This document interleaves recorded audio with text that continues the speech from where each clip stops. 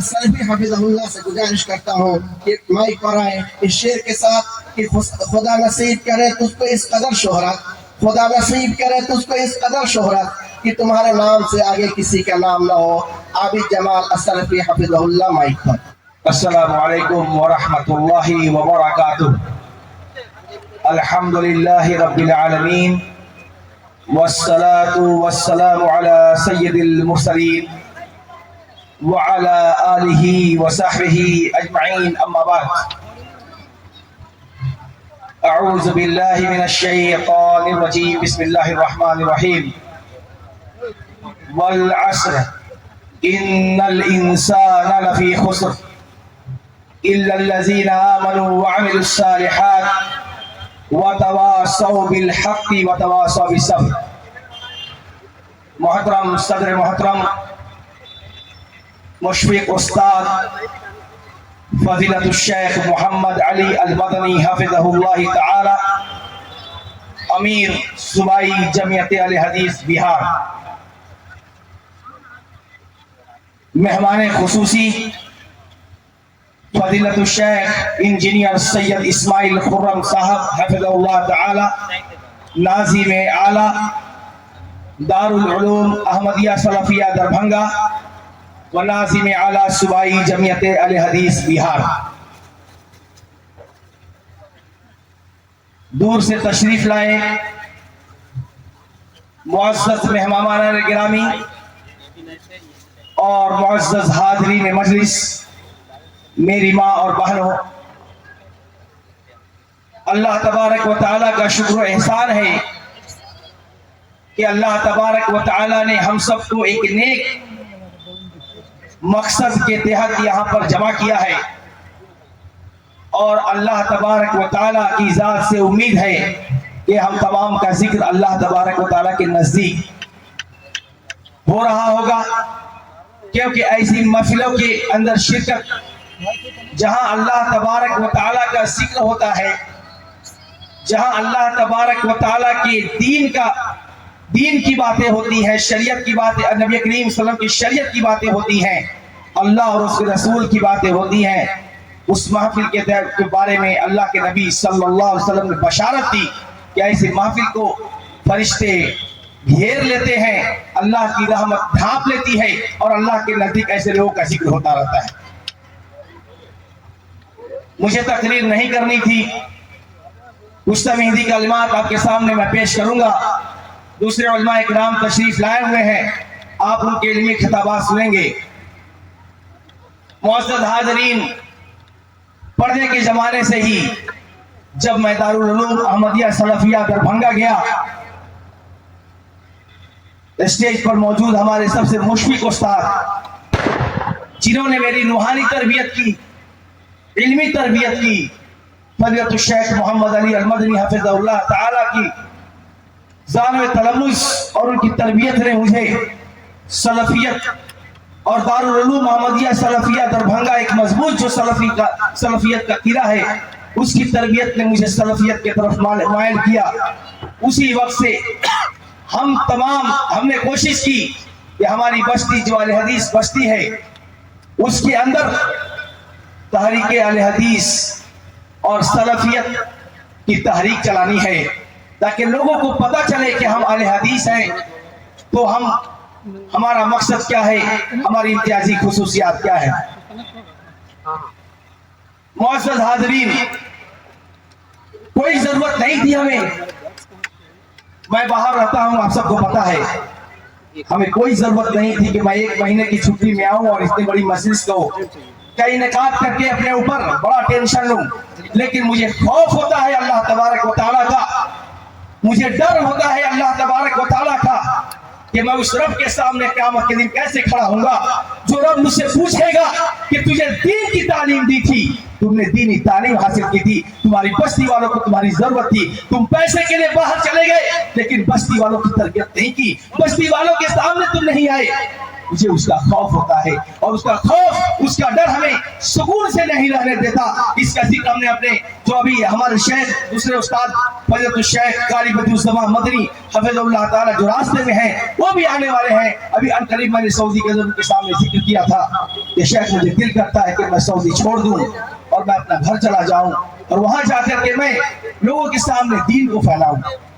شیخ نے کہا کہ مالی ضرورت پڑتی ہے، دین کو پھیلانے کے لیے صبر کا دامن تھامنا ہوتا ہے، حق کے راستے میں رکاوٹیں آتی ہیں۔ رسول اللہ صلی اللہ علیہ وسلم کے پاؤں کے نیچے کانٹے بچھائے گئے، بیٹیوں کے پیٹ میں بچے کو مار دیا گیا، حمل ساکت کر دیا گیا۔ نبی کریم صلی اللہ علیہ وسلم کو گھر چھوڑنے پر مجبور کیا گیا۔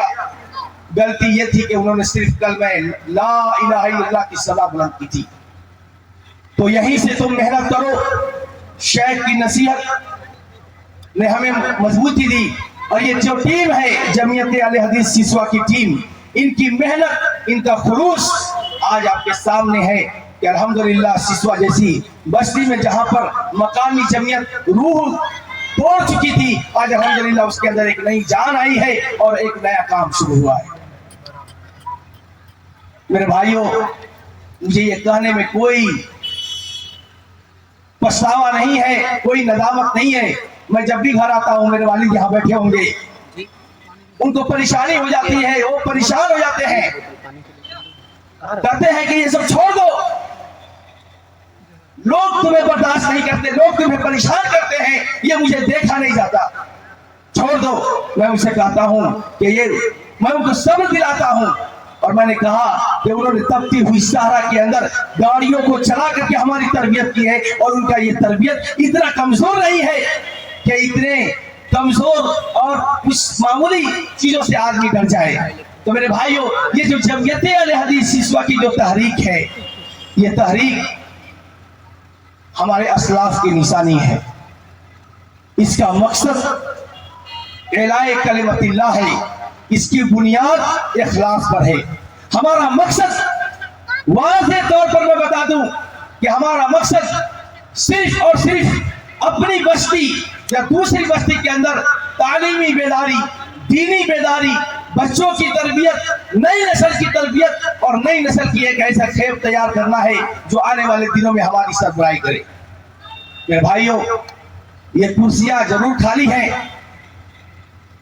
35ویں آل انڈیا اہل حدیث کانفرنس دہلی کے اندر امیر محترم فضیلت الشیخ اصغر علی امام مہدی سلفی مدنی حفظ اللہ تعالی جو کہ آنے والے تھے، ان کی صدارت میں یہ پروگرام ہونے والا تھا، لیکن مسلم پرسنل لا بورڈ کی اچانک میٹنگ کی وجہ سے شیخ آ نہیں پائے، لیکن انہوں نے اپنی نیابت میں اپنے فرزند فضیلت الشیخ اصغر علی امام مہدی سلفی مدنی حفظ اللہ تعالی کو انہوں نے بھیجا ہے۔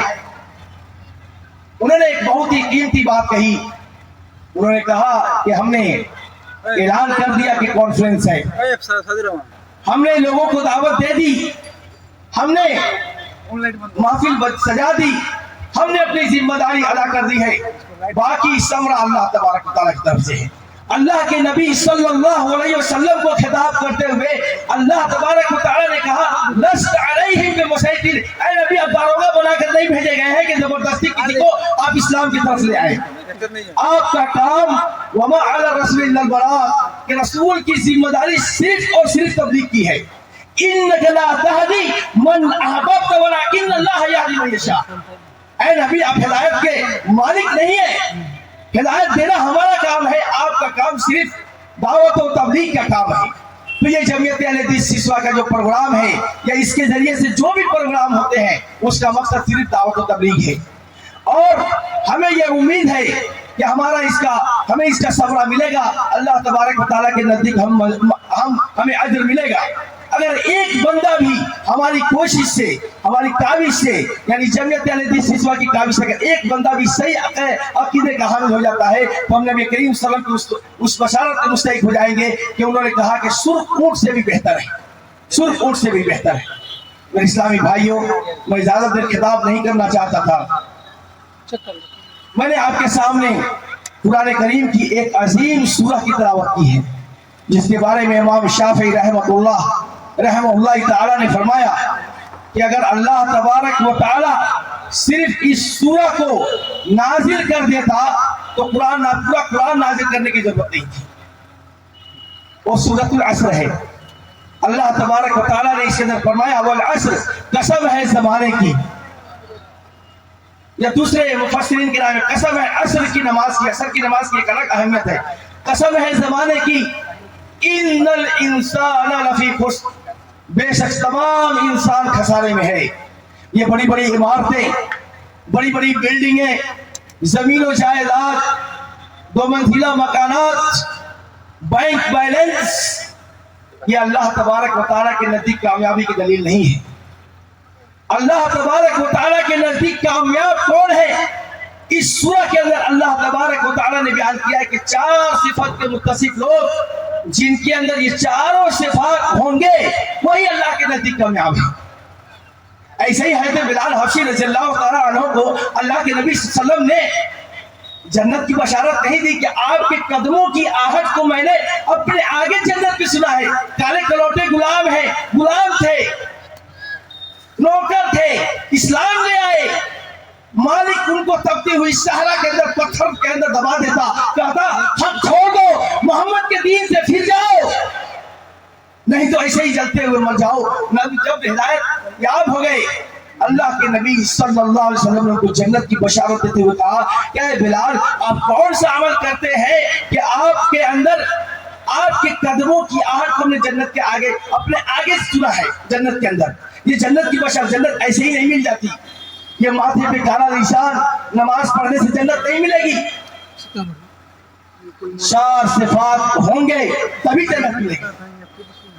ہم روز قرآن پڑھتے ہیں لیکن سمجھتے نہیں۔ یہ چھوٹی سی سورت جس کے اندر کہا ان الانسان لفی خسر، بے شک انسان، تمام انسان خسارے میں ہے۔ حضرت بلال حبشی کو جب بشارت ملی تو کہا کہ میں وضو جب بھی ٹوٹتا ہے، وہ حدیث مکمل کر دوں، وضو جب بھی ٹوٹتا ہے میں وضو کر لیتا ہوں اور 2 رکعت نماز پڑھ لیتا ہوں تحیۃ الوضو کے نام پر۔ تو کہا یہی وہ عمل ہے جس کی وجہ سے آپ جنت میں ہم سے آگے چل رہے تھے۔ چھوٹا عمل، وضو ٹوٹا اسی وقت وضو کیا۔ آج اگر مسجد میں جانے کی بات ہو جائے تو 90% لوگ کہتے ہیں ناپاک ہے۔ وہ بلال حبشی جب بھی وضو ٹوٹ رہا ہے وضو کر لے رہے ہیں اور 2 رکعت نماز پڑھ لے رہے ہیں۔ اللہ کے نبی نے بشارت دی یہی وہ عمل ہے جس کی وجہ سے آپ کو میں نے جنت میں اپنے آگے دیکھا ہے، اپنے آگے پایا ہے۔ تو اللہ کے تعالیٰ نے 4 صفات بتلایا، اس کو سن لیں۔ اس کہا کہ الا الذین آمنوا، سوائے ایمان والے۔ اور یہ ایمان اسلام میں بہت فرق ہے، بہت لمبا ٹاپک ہو جائے گا اگر اس پر گفتگو کریں گے۔ تو ایمان کا تعلق دل سے ہے، باطنی عمل سے ہے۔ ایمان ہر مسلمان، ہر ایمان والا مسلمان ہو سکتا ہے لیکن ہر مسلمان مومن نہیں ہو سکتا۔ ایمان کا درجہ بلند ہے۔ تو ایمان والا ہونا چاہیے کہ آپ کے اندر جو ظاہر میں ہے وہ باطن میں بھی ہے، جو باہر ہے وہ اندر بھی ہے۔ ایمان وعمل الصالحات، اور ایمان کا تقاضا کیا ہے؟ نیک عمل۔ کہا کہ من قال لا الہ الا اللہ دخل الجنہ، بہت سارے لوگ بولتے ہیں کہ لا الہ الا اللہ پڑھ لیا جنت میں داخل ہو گئے، لیکن اس کا تقاضا کو پورا کرنا ہے، عمل صالح، نیک عمل۔ اور تیسری جو سب سے جو یہ ہے صفت ہے وتواصوا بالحق، حق کی دعوت دینا، لوگوں کو صحیح دین کی طرف بلانا، کلمہ توحید کی طرف بلانا۔ خود عمل کر رہے ہیں، بیٹا سویا ہوا ہے، خود نماز پڑھ رہے ہیں، بیٹا سویا ہوا ہے، رات میں تیاری کر رہا تھا UPSC کا، IPS کا، یہ کا وہ کا، سویا ہوا ہے، چھوڑ دو، سونے دو۔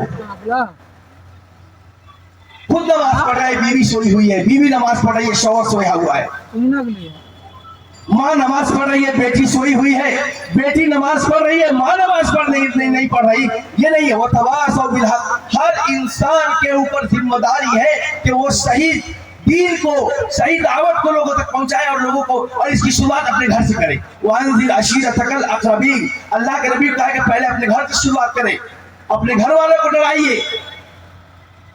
تو وتواصوا بالحق، تیسری صفت حق کی دعوت دینا، اور چوتھی صفت وتواصوا بالصبر، صبر، کیونکہ اللہ کے نبی کیونکہ اللہ تبارک و تعالیٰ کو بخوبی معلوم ہے کہ حق کے راستے میں پریشانی ہوتی ہے، لوگ دشمن ہو جاتے ہیں۔ وہ نبی جو سید ولد آدم ہیں، شفیع محشر ہیں، جب اس نبی کے وما ارسلناک الا رحمۃ للعالمین، رحمۃ للعالمین ہیں، دونوں پوری دنیا کے لیے، جانوروں کے لیے، چرند و پرند کے لیے، شجر و حجر کے لیے، انسانوں کے لیے رحمت ہے۔ جب انہوں نے کلمہ توحید لا الہ الا اللہ کی طرف لوگوں کو بلایا تو لوگ دشمن ہو گئے۔ تو اس نے کہا وہ تواصوا بالصبر، صبر کے دامن کو پکڑنا۔ اور بہت سارے مقامات پر اللہ کے نبی صلی اللہ علیہ وسلم کو اللہ تبارک تعالیٰ نے صبر کی تلقین کی۔ کیا نبی آپ سے پہلے والے انبیاء کو بھی اس سے زیادہ پریشانیاں آئیں، تکلیفیں برداشت کرنی پڑی؟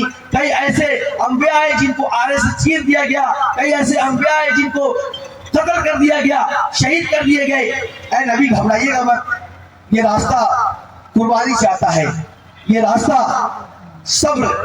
صبر کا دامن اگر آپ تھامے رہے تو آپ اپنی دعوت میں، اپنی ذمہ داری میں کامیاب ہو جائیں گے، اور آپ صرف تبلیغ کریں، باقی ہدایت کا کام اللہ تبارک و تعالیٰ کا ہے۔ تو میرے بھائیوں، کہنے کا مطلب یہ ہے کہ 4 صفات کامیابی کی ضمانت ہے۔ یہ اونچے مکانات، برانڈڈ آئی فون، برانڈڈ کپڑے، پاؤں میں جوتے، یہ سب کے سب اللہ تبارک و تعالیٰ کو کوئی ضرورت نہیں ہے۔ ان اللہ لا ينظر الى اجسامکم ولا الى صورکم ولكن ينظر الى قلوبکم، کہ اللہ تبارک و تعالیٰ تمہاری صورتوں کو نہیں دیکھتا، تمہارے باڈی کو نہیں دیکھتا کہ تم کتنے اسمارٹ ہو، کتنے ہینڈسم ہو، اور تمہارے باڈی کے اوپر کرتا یا پاجامہ جو ہے کتنا برانڈڈ ہے، پینٹ شرٹ جو ہے کتنا برانڈڈ ہے، یہ سب اللہ کو نہیں ہے۔ اللہ تبارک و تعالیٰ تمہارے دلوں کو دیکھتا ہے کہ تمہارے دلوں کے اندر اللہ کا تقویٰ کتنا ہے۔ تو میرے بھائیوں، کہنے کا مطلب یہ ہے کہ 4 صفات جن کے اندر پائے جائیں گے وہی اللہ تبارک تعالیٰ کے نزدیک کامیاب ہوں گے۔ ایک ایمان، دوسرا عمل صالح، تیسرا حق کی دعوت، اور چوتھا صبر۔ اللہ تبارک تعالیٰ سے دعا ہے کہ اللہ تبارک تعالیٰ ہم سب کو ان 4 صفات کا حامل بنائے، آمین۔ اور آخر میں پھر سے میں تمام بستی والوں سے گزارش کرتا ہوں کہ آپ آئیں، علماء اکرام کا خطابات سنیں، اپنے علم میں اضافہ کریں، ایمان کے اندر ایمان کو منور کریں اور ایمان کو تر و تازہ کریں۔ بڑے بڑے علماء اکرام آپ کی بستی میں تشریف لا رہے ہیں، یہ ایک اچھا موقع ہے۔ آپ تمام لوگوں سے گزارش ہے کہ آپ بھی آئیں، تشریف لائیں اور اللہ کے ہاں اجر پائیں۔ میری ماں اور بہنوں سے بھی گزارش ہے کہ ان کے لیے بھی پردے کا بہترین انتظام ہے، آپ بھی یہاں تشریف لائیں۔ والسلام علیکم ورحمۃ اللہ وبرکاتہ۔